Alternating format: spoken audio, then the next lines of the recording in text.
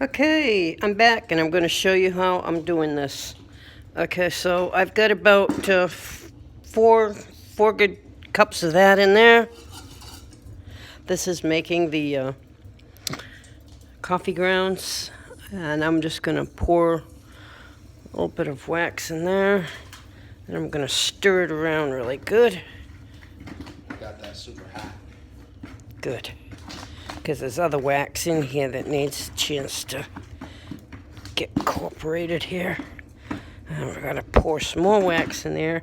I think this is a whole solution to this burning. Now, it has been burning for almost 2 hours, and it's still burning. I put regular wood in there, and in a minute, as soon as I get this in the mold, I will show you what's happening inside the wood stove, which is happy. It's happily burning away. You can't really make a big mistake with this because if you have a little extra left over, you can always put it into the next mix and crumble it. But I think the key to getting this good is the amount of wax you use versus your wood chips, coffee, sugar, and the cornstarch kind of binds it together. Okay, while it's still hot, I'm going to move it over here. All right, you ready, Ren? Where are the other logs? I threw everything in there. We're going to have, this is going to be an all-nighter. You don't want to burn all your logs, do you? Well, I put some big wooden logs in there, but the wood is green, so it kind of had to have something to get them started. So we go upstairs, I probably won't be coming back down. The whole point is to get the chill out of the cellar because it's so cold down here. It's making it colder upstairs, even though I got a wood stove going upstairs. Got to take the chill off the bones of the house. That's the problem. Just can't be. I would be in Arizona digging for gold if it wasn't for the stupid medical things that keep coming up. And now, I've got car problems. So, I was laying there in bed trying to figure out how the frick I'm going to get warm. And, okay, it helps when you got a nice big sun. Step and squish. Compressing this is also a really important part of the process because if you don't compress it really good, then it falls apart after you get it out of the mold. It has a chance to chill, but it also gives you more room to put some more in before this gets cold. So I'm going to put the rest of that in there. And I've got a nice good amount this time, I think, of wax. And I might even put a little bit extra in there just to bind this bottom part.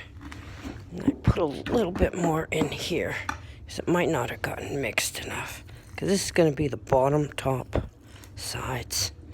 And I want it to be well mixed.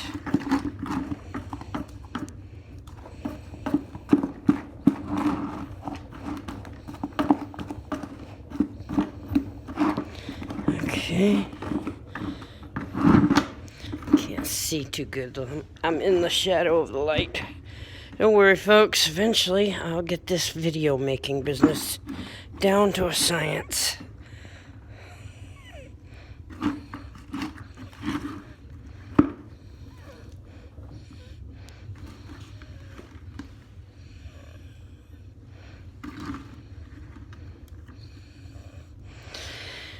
You know, if you can get somebody that'll save you your coffee grounds.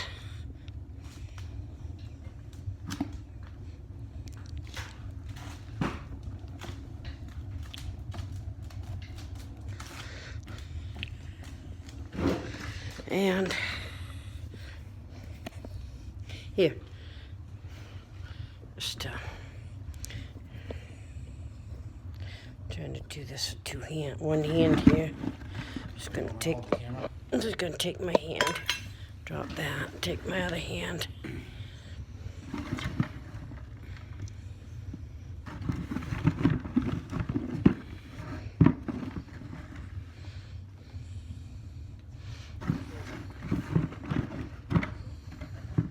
Now, I would say this is about 4 cups. I got this mold at a thrift shop for $3.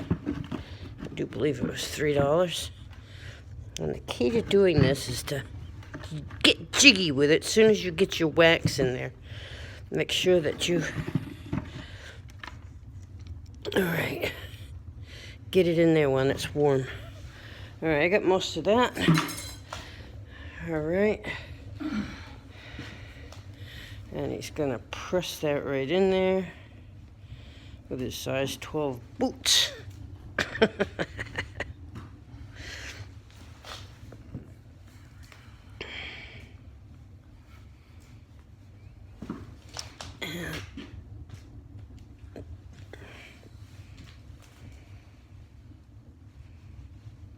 That gets the air out of it and makes a better log. Get that edge. We'll just keep doing this for a few minutes, pressing, getting it pressed, completely compressed. That's the most important thing, I think, is while it's cooling, if you compress it really good, it won't fall apart. And I have tried rolling paper after you wet it and drying it, and all I ended up with was moldy paper.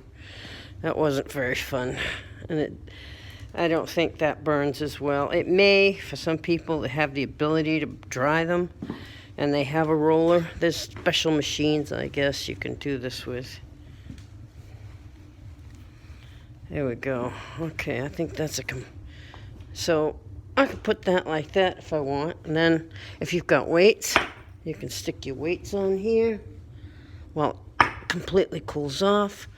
And then you can go eat dinner and do whatever. And you saw me pop one out. If you want to, I'll pop this one out later.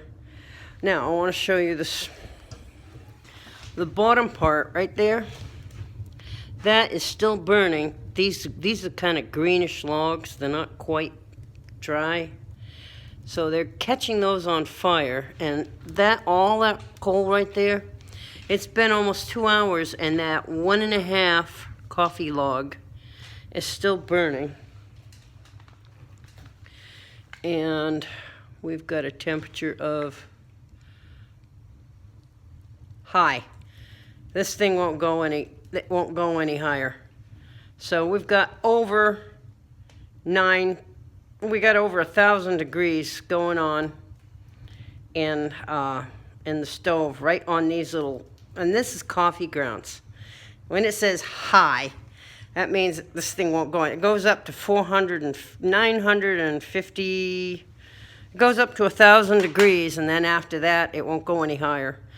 So I know the heat isn't coming out of the logs back there because the logs aren't quite seasoned, and that's my big problem. We're gonna freeze because we don't have seasoned wood.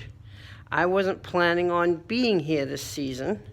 I planned on having my house tucked away, put to bed, and I was going to be down at the Vanville or Quartzsite or out in the mines mining gold. No, we're stuck here temporarily, I hope.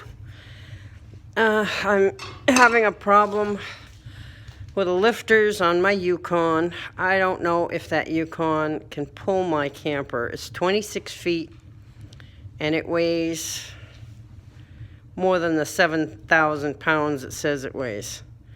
So, I don't know why it weighs. Well, when we pulled out, we had 15,000 pounds pulling with the Yukon. And 2 or 3 of those were in the back of the Yukon, and I can't believe my camping gear weighs 2,000 or 3,000 pounds. So I'm not sure if we were on the cat scale properly or not. I have to go check this again. Maybe just bring the car over to the cat scales and have that, but that's nothing to do with what we're doing here. This is we're making wood logs. No, we're making logs out of coffee grounds. And again, the recipe I used for these was I got about 1 gallon of dried coffee, spent coffee grounds. I have probably 5 pounds of powdered sugar, which I just used regular sugar and ran it through my blender. I've got about a gallon of wood chips that I had in a 5-gallon bucket. And I have about 2 pounds of cornstarch in here as binder. And then that there is random candles. And it took me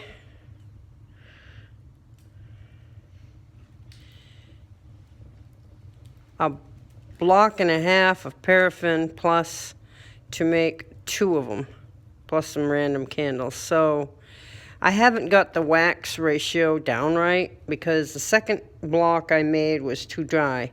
And it's all about how much wax you put in the situation to makes it come out right. So that's my, I know it's been, my stopwatch is still running, and it's going on 2.5 hours.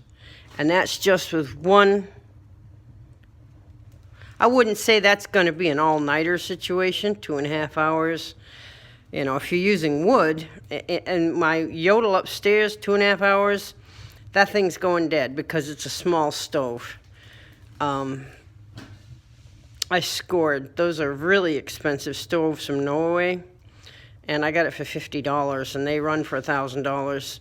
This one here, I think I could almost all-night it. If I had long enough logs, I think this stove here might run all night and keep the bones of the house warm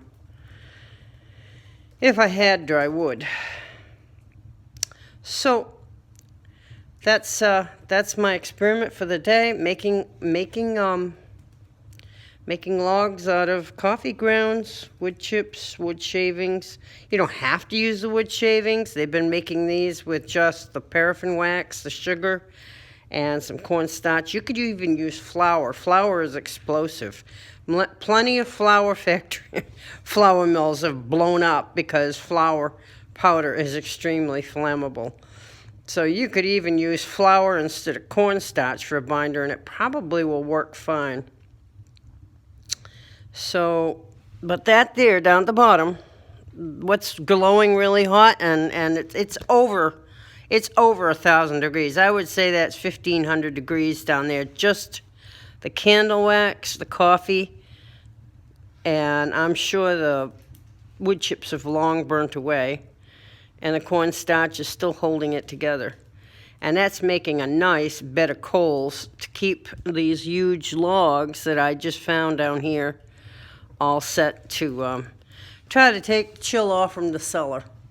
Now I'm going upstairs and eat my chicken my son has made me, and that's a wrap for that one. If you like this video, please thumbs up, hit the subscribe button, pass and share.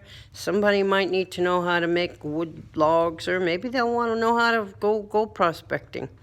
But I'll be making all kinds of how-to, to-do, and what not to do videos in addition to our gold prospecting adventures. So please come and join us. We love our family, and you will be part of it. Night-night.